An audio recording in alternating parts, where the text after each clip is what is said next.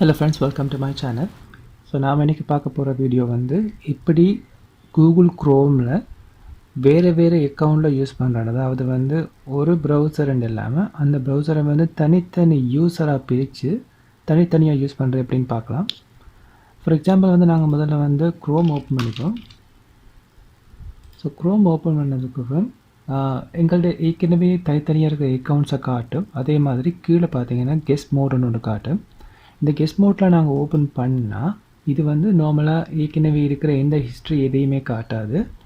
யூஸ்வலாக வந்து ஸ்டார்டிங்கில் ஒரு ஃப்ரெஷ்ஷாக ஓப்பன் பண்ணுற மாதிரி இருக்கும். ஃபார் எக்ஸாம்பிள் நாங்கள் யூடியூப் அப்படி போனோம்னா இப்போ இந்த யூடியூப்பில் வந்து எந்த அக்கௌண்ட்டுமே லாகின் பண்ணப்பட்டிருக்காது. இதே மாதிரி மேபி நாங்கள் ஒரு ஜிமெயிலுக்கு சரி போனால் கூட எந்த ஜிமெயிலுமே லாகின் ஆகி இருக்காது. ஸோ இது ஒரு பிளாங்கான அக்கௌண்ட்டாக இருக்குது.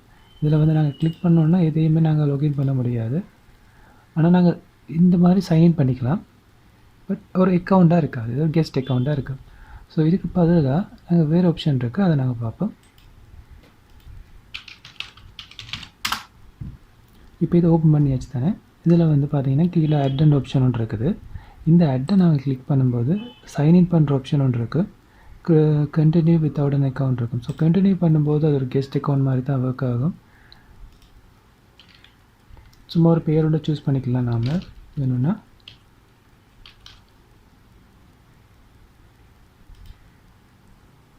ஓகே, இப்படி ஒரு அக்கௌண்ட் ஒன்று க்ரியேட் ஆகிருக்கு. இதில் எந்த அக்கௌண்ட்டுமே லாகின் பண்ணப்பட்டிருக்காது. பட் ஆனால் இது ஒரு அக்கௌண்ட் மாதிரி நாங்கள் யூஸ் பண்ணலாம். தேவைன்னு சொன்னால் இந்த மாதிரி போயிட்டு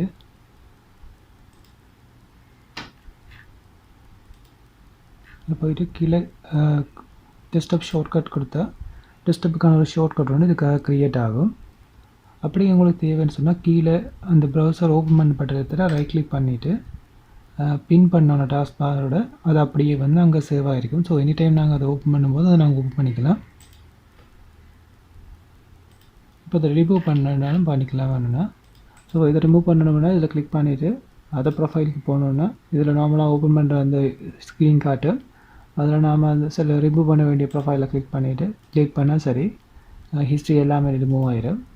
ஸோ இப்போ நம்ம பார்க்கலாம் எப்படி ஒன்று சைன்இன் பண்ணுறேன்னு. இப்போ இதில் நார்மலாக போயிட்டு எப்படி நாங்கள் எங்களோட ஜிமெயிலுக்கு லாகின் பண்ணோமோ அதே மாதிரி அந்த லாகின் பேஜ் காட்டும். இந்த லாகின் பேஜில் வந்து யூசர் நேம் பாஸ்வேர்டை கிளிக் பண்ணோன்னு சொன்னால் நார்மல் ப்ராசஸ் மாதிரியே ப்ராசஸில் போயிட்டு அந்த லாகின் பண்ணலாம்.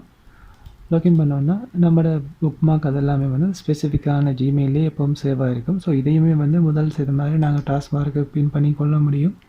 அப்படி இல்லைன்னு சொன்னால் டெஸ்க்டாப்பில் ஒரு இதை க்ரியேட் பண்ணியும் வச்சுருக்கோம். இந்த மாதிரி யூஸ் பண்ணி வந்து ஒரு கூகுள் க்ரோமையே 4-5 இதாக தனித்தனியாக யூஸ் பண்ணுற மாதிரி செட் பண்ணிக்கலாம் தேவையான மாதிரிக்கு. இதான் இந்த வீடியோவில் இது டவுட்னா கமெண்ட்டில் கேளுங்க. நன்றி.